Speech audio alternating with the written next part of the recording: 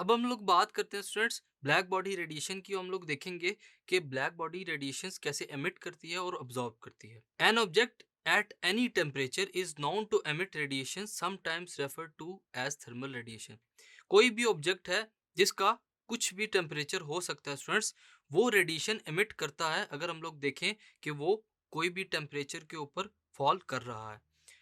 जो करेक्टरिस्टिक्स हैं students radiation की, वो किस पे डिपेंड करती हैं? टेम्परेचर पर और जो ऑब्जेक्ट की प्रॉपर्टीज हैं उस पर। अगर हम लोग बात करते हैं स्टूडेंट्स लो टेम्परेचर्स की, तो वहां पर जो वेवलेंथ होगी थर्मल रेडिएशंस की, वो इंफ्रारेड रीजन में होंगी। और इंफ्रारेड रीजन जो है स्टूडेंट्स ऐसा रीजन है जहां पर आम आंख से हम लोग उन रेस को ऑब्जर्व नहीं कर सकते। जैसे ही जो टेम्परेचर है स्टूडेंट्स ऑब्जेक्ट का इंक्रीज करेगा, it eventually begins to glow red. तो हम लोग देखेंगे कि जो ऑब्जेक्ट है वो ग्लो करना शुरू करेगा रेड कलर में। इसी के साथ साथ एट सफिशिएंटली हाई टेम्परेचर्स, अगर और मजीद टेम्परेचर्स को हाई किया जाए तो जो ऑब्जेक्ट है स्टूडेंट्स वो वाइट होना शुरू हो जाएगा as the glow of the hot tungsten filament of a bulb. जैसे जो टंगस्टन का लाइट बल्ब होता है उस तरह का वाइट कलर हो जाएगा अगर हम लोग किसी ऑब्जेक्ट को जो है स्टूडेंट्स हाई टेम्परेचर्स के ऊपर ग्लो करवाते हैं। A careful study of thermal radiation shows that it consists of a continuous distribution of wavelengths from the infrared, visible and ultraviolet portions of the spectrum. एक careful study की गई students जिसमें हम लोगों ने थर्मल रेडिएशंस को thoroughly observe किया, जिसमें हम लोग देखते हैं कि जो वेवलेंथ है वो कॉन्टिन्यूसली डिस्ट्रीब्यूट हो रही है, चेंज हो रही हैं। कहाँ से? इंफ्रारेड रीजन से लेकर अल्ट्रावायलेंट पोर्शंस तक। इस दौरान स्टूडेंट्स जो वेवलेंथ्स हैं वो as compare to the regions क्या करेंगी? चेंज होंगी, डिस्ट्रीब्यूट होंगी, अगर हम लोग उस स्पेक्ट्रम को केयरफुली स्टडी करते हैं। क्लासिकल पॉइंट ऑफ व्यू के लिहाज से स्टूडेंट्स जो थर्मल रेडिएशंस हैं वो इलेक्ट्रोमैग्नेटिक वेव्स भी कहलाई जाती हैं। वो चार्ज पार्टिकल से ओरिजिनेट होंगी near to the surface of the object.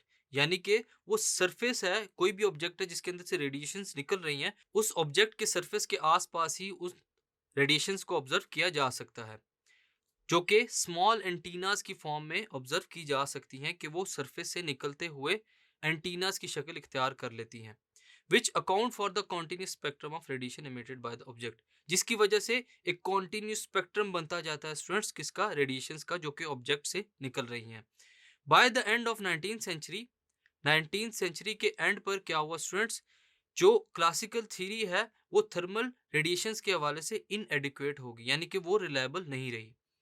क्यों? क्योंकि उसके अंदर जो बेसिक प्रॉब्लम थी स्टूडेंट्स वो क्या था कि अगर हम लोग डिस्ट्रीब्यूशंस को अंडरस्टैंड करते हैं वेवलेंथ को, तो जो रेडिएशंस निकल रही हैं ब्लैक बॉडी से वो कंफर्म नहीं थी। तो इस वजह से जो क्लासिकल थ्योरी है ब्लैक बॉडी रेडिएशंस के लिहाज से स्टूडेंट्स वो फेल होगी, इनएडुकेट होगी। अगर हम लोग ब्लैक बॉडी की बाय डेफिनेशन बात करें, एक आइडियल सिस्टम के लिए जो ब्लैक बॉडी होती है स्टूडेंट्स वो क्या है कि जितनी भी रेडिएशंस उसके ऊपर इंसिडेंट करवाई जाएंगी स्टूडेंट्स, वो तमाम की तमाम रेडिएशंस को अब्जॉर्ब कर लेगा। With respect to other bodies, अगर हम लोग ब्लैक बॉडी के अलावा किसी और बॉडी की बात करते हैं स्टूडेंट्स, तो क्या होता है कि जो ब्लैक बॉडी है वो तमाम रेडिएशंस को तो अब्जॉर्ब कर लेती है, लेकिन इसके अलावा अगर किसी और रेड बॉडी होगी या ब्लू बॉडी होगी तो वो तमाम रेडिएशंस को अब्जॉर्ब नहीं कर सकेगी।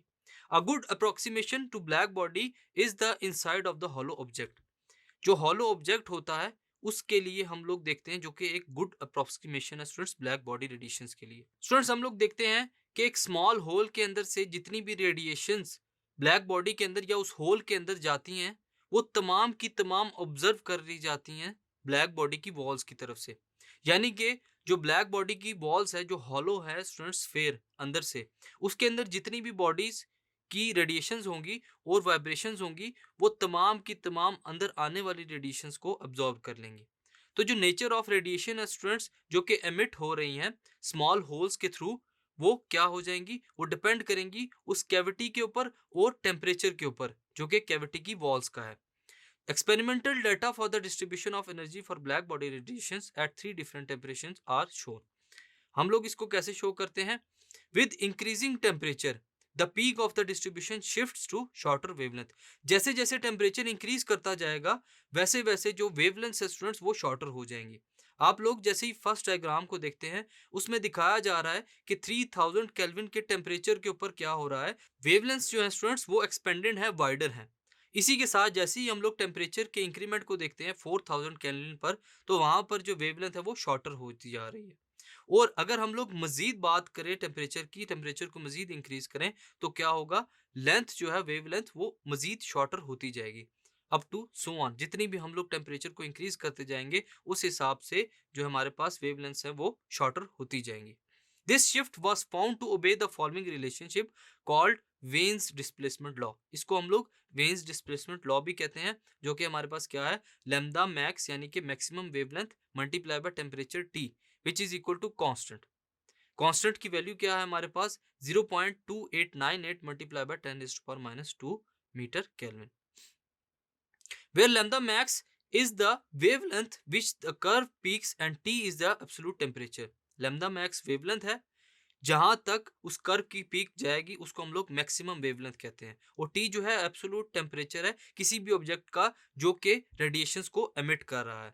तो स्टूडेंट्स ये जो एक्सपेरिमेंटल डाटा है ये तमाम डाटा किसके लिए ऑब्जर्व किया जाता है, ब्लैक बॉडी रेडिएशंस के लिए। Also the area under each curve represents the total energy E. हम लोगों ने देखा डायग्राम्स के अंदर जितने भी कर्व्स हैं स्टूडेंट्स वो एरिया को शो कर रहे हैं, और उससे हमें पता चलता है एनर्जी का रेडिएटेड पर सेकंड पर स्क्वायर मीटर।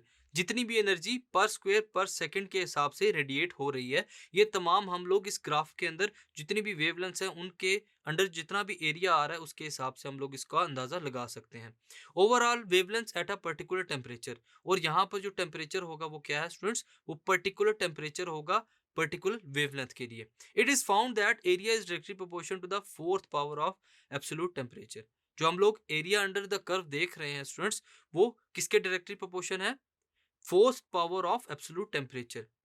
जो एरिया है स्टूडेंट्स वो हमारे पास बेसिकली क्या कहलाता है, एनर्जी ही कहलाता है जो कि उस रेडिएटेड बॉडी से निकल रही है। सो इसके लिए जो इक्वेशन है हमारे पास वो क्या है, E is equal to sigma T power 4, where sigma is called Stefan's constant, its value is 5.67 multiply by 10⁻⁻8 watt per meter square per Kelvin power -4, and the above relation is known as Stefan Boltzmann law.